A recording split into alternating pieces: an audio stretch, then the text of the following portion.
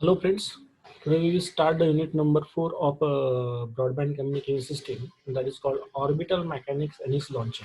I am Sunil Moon. So these are the contents of unit number 4, that is history of satellite communication, orbital mechanics, look angle determination, orbital determination, launchers and launch vehicles, orbital effect in the particular communication system. So for this unit number 4, we require two important references. The first important reference is reference book for this unit number 4, that is called a Satellite Communication by the Pratt. And second one, that is called a Satellite Communication by Dennis Rudy. So Pratt book is very good for unit number 4, unit number 5, unit number 6, while the Dennis Rudy, that is satellite communication, from this book mostly the problems, solved problem and the unsolved problems are asked in your theory. So we will discuss in detail what is exactly meaning of your satellite communication. So this is the typical block diagram or just a need of satellite. So satellite is nothing but the basically, as per definition of satellite, satellite is an object which is always rotating around the earth. So it is a one object which is rotated around the earth. So there are, I will call this another moon. Moon is nothing but the natural satellite of the particular earth. So apart from natural satellite, we are sending some object which is above the earth level, so that we can send some information to the particular earth. So basics of some satellite communication. So working of satellite communication, types of satellite communication in the particular area. So in this case, if you're going to look here, this is nothing but the origin of the ground growth. This is from the earth. From this earth, we are sending some information to the particular satellite. As I said earlier, satellite is an object which is always rotating around the earth. So this is the artificial object which is always rotating around the earth. So from this Earth station, you are sending some information from the satellite. So that's why it is called a receiving and receiver and the receiving antenna, through which you are sending the information to the particular satellite. So this is a satellite. This satellite will work as a receiver as well as transmitter. Receiver as well as the transmitter. So it will receive the signal from the ground station. At the same time, it will be transmit the same signal to the particular, again goes back to the particular ground station. So this is the device. This is nothing but the satellite which is always rotating around the earth. This satellite is nothing but the having the receiver as well as the transmitter. So this is typical elements of the particular satellite communication, or what are the different elements of the satellite communication. So this is a basic block diagram of any satellite communication. So in this case, if you are going to look at, this is nothing but the user, this is nothing but a terrestrial system, this is nothing but the earth station. Up to this case, there is no problem. Then from this earth station, you are sending some information to the particular satellite. This is called a satellite. So this is nothing but a transmitting antenna through which we are sending the information or a signal. This in terms of an electromagnetic signal you are sending from this transmitting antenna. So this is the long distance you have to send from the distance. So this is nothing but the uplink. So this uplink is basically used to increase the power as well as the strength of the particular signal to reach the particular satellite. As I said earlier, satellite is basically object which is around the earth at a very high distance. So we require some uplink to increase the power and the particular strength of the wave. So this is a satellite. Apart from that case, as I said earlier, this is called the transmitting antenna. So this is nothing but the receiving part. And from that case, again, it is send the information from transmitter reverse back to the particular earth station. So this is a receiver. This is a transmitter of the particular satellite. And again, we send this wave from transmitter to the earth, we require the downlinking. So this downlinking again goes back to the original signal information to the particular receiving antenna of the particular earth station, and from that case it again goes back to the particular user which is placed on the particular ground. So this is called a typical block diagram of the particular satellite communication. This satellite communication consists of two important parts. One is nothing but a space segment, and second one is nothing but a ground segments. Okay, so we will discuss in detail in step by step. So as I said earlier, to perform the satellite link, to send the information from the transmitter to receiver and from transmitter to receiver and receiver to a particular transmitter, it required three important parts, that is called uplinking, downlinking, and the cross-linking. So what is exactly meaning of your uplinking and downlinking, that we already discussed. That means for uplinking is used for the to increase the power and the strength of the signal which is sending from Earth station to the particular satellite. and downlinking performs the total reverse operation as compared to your uplinking. Then third important point from the picture, that is called a crosslink. Crosslink means what? Transmit signal from the satellite to satellite. That means transmit signal from satellite to satellite. Normally around the earth, not a single satellite is rotating. N number of satellites are rotating. Every countries are sending their own satellite, which are always rotating around the earth. So not India. India already sent many satellites to the orbit. So whenever I want to send a signal from satellite to satellite, that is by using the crosslink. So telemetry, tracking, and the commands link. It is a part of uplink and the downlink, which is used to control the satellite function and monitor its health. So there are important conditions: telemetry, tracking, and the commands link. So these are the frequency band. With respect to frequency band, this is called a microwave letter band designation. So there are n number of bands of frequency. So band L, band S, band C, X, then K, Q, U, V, E, W, F, D. These are the different frequencies band having the frequency range. For example, suppose I have a band of L band, which is frequency range of your 1 to 2 gigahertz, and there are typical applications for this L band having the frequency range 1 to 2 gigahertz, that is called the satellite navigation or GPS or cellular mobile. So this is the nothing but the L band. The frequency range is nothing but 1 to 2 gigahertz. Then S band, whose frequency range is nothing but 2 to 4 gigahertz. Application is nothing but a satellite, the satellite or the cellular phone. Then third one is nothing but a C band, where the frequency is vary from 4 to 8 gigahertz. That is applicable for the satellite microwave relay. So these are the different bands with a different frequency range having the different applications. So this is called a microwave band designation. We will discuss in detail what type of band is required in the sort of satellite communication. But these are the frequency range that is offered for the satellite communication. So these are used for the satellite communication, that is called C band. The C band is used for the uplink frequency, which is nothing but a 5.925 gigahertz to 6.425 gigahertz. So these are the C band having the uplinking frequency of the particular satellite. Then C band downlinking frequency, as I said earlier, there are two important terms: uplinking and the downlinking. Whereas downlinking frequency is for 3.7 gigahertz to 4.2 gigahertz, and this is a Q band. So Q band is for uplink frequency, that is called a 14 gigahertz to 14.5 gigahertz. Then again for downlinking frequency for Q band, it is 11.7 gigahertz to the 12.2 gigahertz. So this is for the polarization. I will come to the point what is exactly meaning of the polarization. So linear polarizations are basically called the three types: linear polarization, circular polarization, then the elliptical polarization. That is called the three types of polarization. We will discuss in detail in the coming thing. Okay.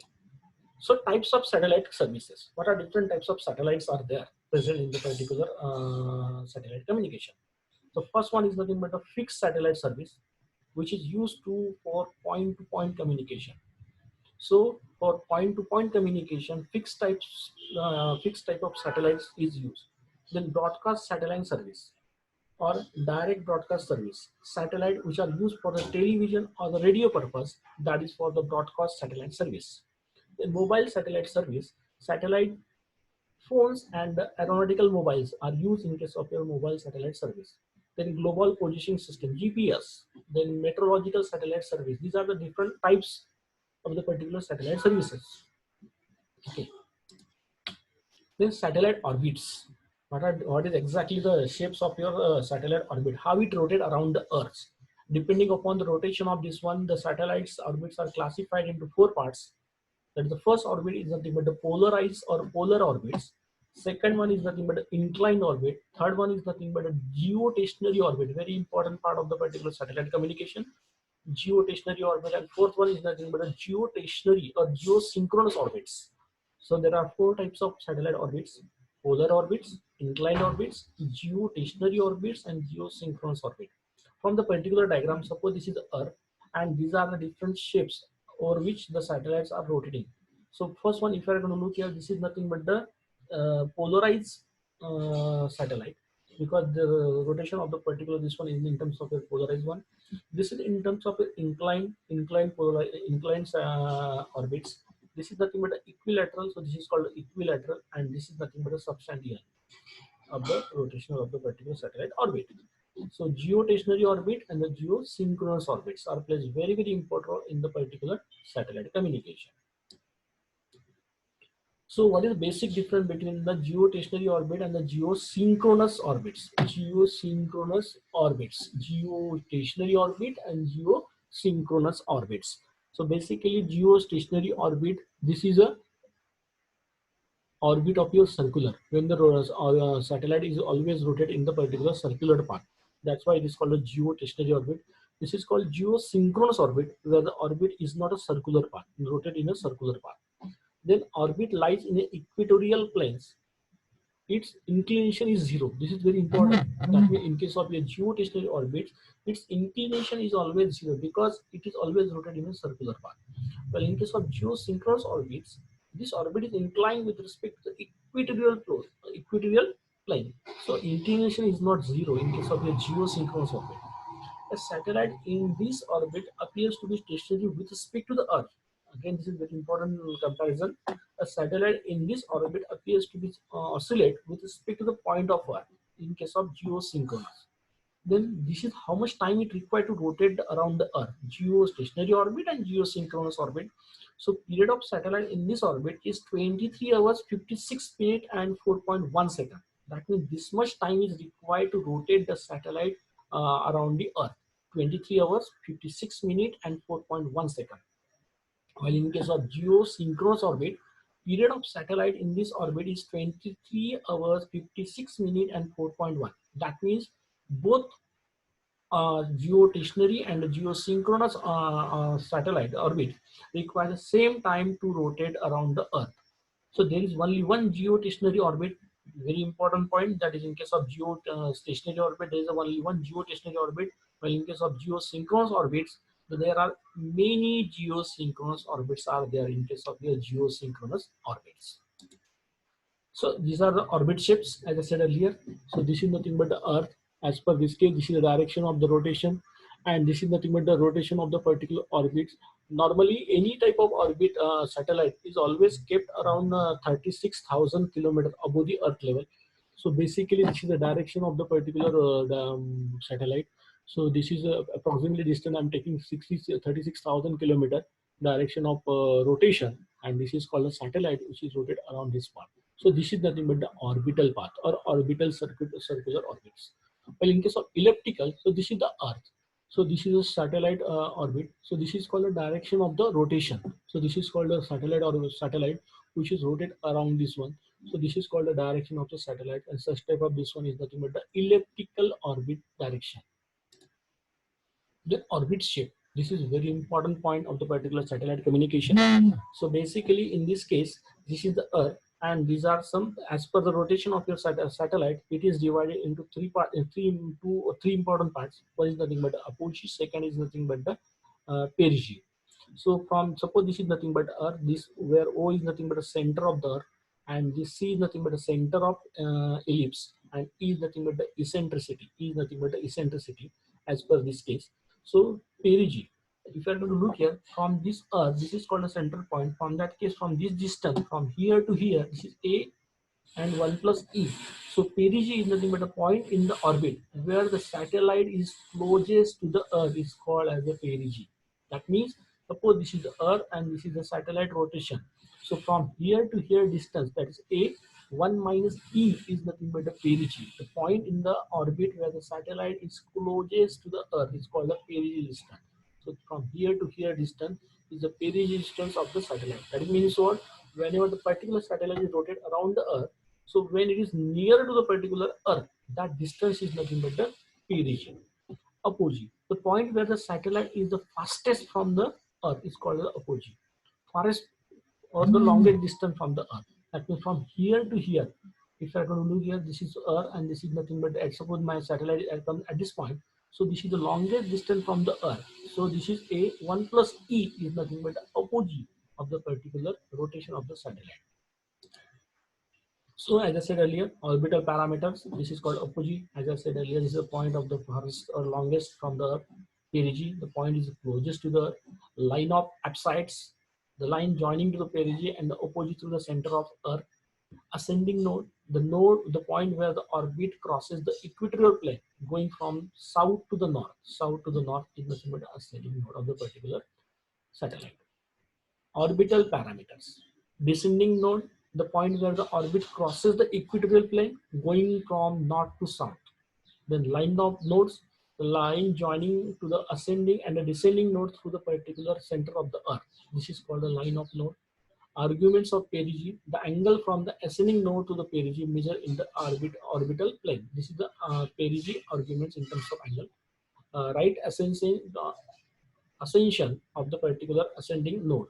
The angle measured eastward in the equatorial plane from the line of the first point arrives to the ascending node. Is called as the right ascension and the ascending node. So as I said earlier, this is called the orbital parameters. So this is the last point of my presentation, today's presentation, that is called the height of geostationary orbit. That means as per the mathematical part, up to what distance we should keep our satellite which want to rotate around the Earth. So these are, for example, some assumptions are there. So this is the Earth and this satellite is always rotating around this part. So these are some parameters I'm missing. This is M, this is M into R into omega square, this is RE and this is the R. Where this M is nothing but the mass of the Earth, that means this is the mass of the Earth. Small m indicate the mass of the satellite, so this is the mass of the satellite. Then R is nothing but the radius of the synchronous circular, so this is the radius of the synchronous circular from here to here. Then RE, radius of the Earth. Normally this is called a fixed radius of the Earth, that is called 6370. So this is a fixed value 6370, approximately 6370 kilometers. This much distance RE from here to here, that is called a radius of the Earth, is nothing but a fixed, that is called 6370 kilometer approximately. And the omega is nothing but the angular velocity of the satellite communication. Apart from that case, this mathematical derivation only gives how up to what distance should I keep my satellite from the ground station. Okay, so these are some parameters I require to calculate that distance. So as per this case, I will directly switch to the particular final derivation. So these are some derivations we are making. So equation 1, equation 2, equation 3. So as per this case, if you are going to look here, this is nothing but a final equation, height of the geostationary orbit. That is called R is equal to G into RE square omega square 1 by 3 root of 1 by 3 is equal to, if I'm going to put all this value as per this case, so omega is equal to 2 pi f, where f is called a rotational rate. F is nothing but a rotational rate. If f is equal to 1, rotational rate means how much time the particular satellite is rotated around the Earth. So if I for one rotation per day, RE is equal to 6370. As I said earlier, this is nothing but a fix of the particular Earth. So that is approximately value 6370 kilometer, and G is nothing but a 9.9 millisecond per second square. Then R is equal to, as if you are going to put all this value in this equation, so typical value of R is equal to 42200 kilometer. Therefore, height h, that means this is the distance from Earth to the particular satellite of the in terms of geostationary orbit over the Earth surface, which is given by this one, that is called h is equal to R minus RE. R minus R, small r minus capital RE. The h is already calculated, that is called 42208 as per this case, minus as per R value this one, and RE is nothing but a fixed one, that is called 6370. So if you are going to put all these values, so final value becomes this one, that is called a 6300 kilometer. So this is the particular, at this distance, every satellite is kept above from the Earth station. So maximum height from the satellite from the Earth is nothing but a 6300 kilometer. So these are the some points with respect to geostationary satellite. Geostationary satellite orbit or around the equator in a particular pattern with the angular velocity equal to that of Earth. Geostationary orbit travels in the same direction as the Earth rotation. Very important points. That is in case of geostationary satellite, it travels in the same direction, in the direction of Earth. Since satellite revolves in exact synchronous with the Earth station, that is the time required to complete one rotation. That is called 23 hours, 56 minutes, and 4.1 seconds.